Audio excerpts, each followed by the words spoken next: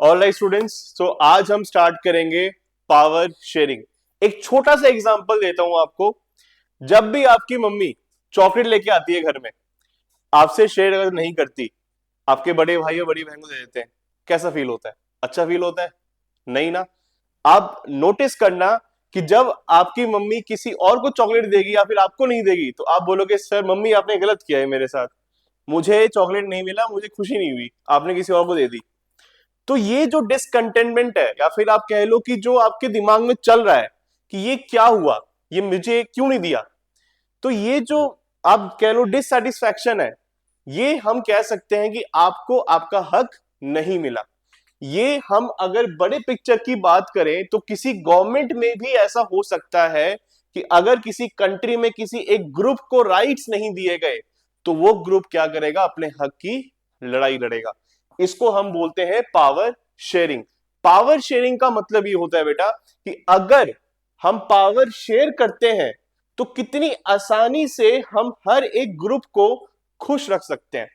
अगर आपके हाथ में दो चॉकलेट्स है और आगे सामने दो बच्चे हैं, तो आप दोनों को एक चॉकलेट दे दोगे, ठीक है, दोनों खुश। लेकिन अगर आपके पास एक ही चॉकलेट है और एक दो बच्चे सामने खड़े हैं, आप क्या करोगे? उस चॉकलेट को आप आधा आधा करके दोनों को खुश कर दोगे। बस वही तरीका है पावर शेयरिंग का। ठीक है, आगे बढ़ते हैं कि आपका जो फर्स्ट चैप्टर है, ये सिविक्स का फर्स्ट चैप्टर सबसे इजी चैप्टर 10th क्लास के लिए। मैं बता दूं कि अगर आपको इसमें से कितने नंबर आप एक्सपेक्ट कर सकते हो, अराउंड 5 से 6, 5 से 6 नंबर इसी चैप्टर से आएंगे आपके 20 में से। ये दो चैप्टर, एक आपका पावर शेयरिंग, दूसरा आपका फेडरलिज्म, ये दोनों चैप्टर दूसरे से बिल्कुल एडजॉइंड है। लेकिन पावर शेयरिंग आपको समझना पड़ेगा ताकि आप आगे के चैप्टर समझ पाओ। देखो, हम दो कंट्रीज की केस स्टडी पढ़ेंगे। एक कंट्री आपका होगा बेल्जियम, दूसरा है श्रीलंका। दोनों पोल्स अपार्ट, एक तरफ आपका यूरोपियन कंट्री में ले लिया, एक तरफ आपका एशियन कंट्री ले लिया। क्या लगता है ज्यादा तरक्की कौन कर चुका है आज की डेट में, बेल्जियम या फिर श्रीलंका? बताओ बच्चों, किसने किया हुआ है? बेल्जियम। तो बेल्जियम ने तरक्की की है, उसके कुछ कारण है। क्या है कारण? रीजंस। अगर आप श्रीलंका की बात करें, श्रीलंका आज किस हाल से गुजर रहा है, आप एक बार गूगल करोगे आपको आंसर मिल जाएगा। ठीक है, मुझे ज्यादा कुछ बताने की इसमें जरूरत नहीं है, लेकिन इसका एक रीजन है। वो रीजन है पावर शेयरिंग। क्या है? Power sharing.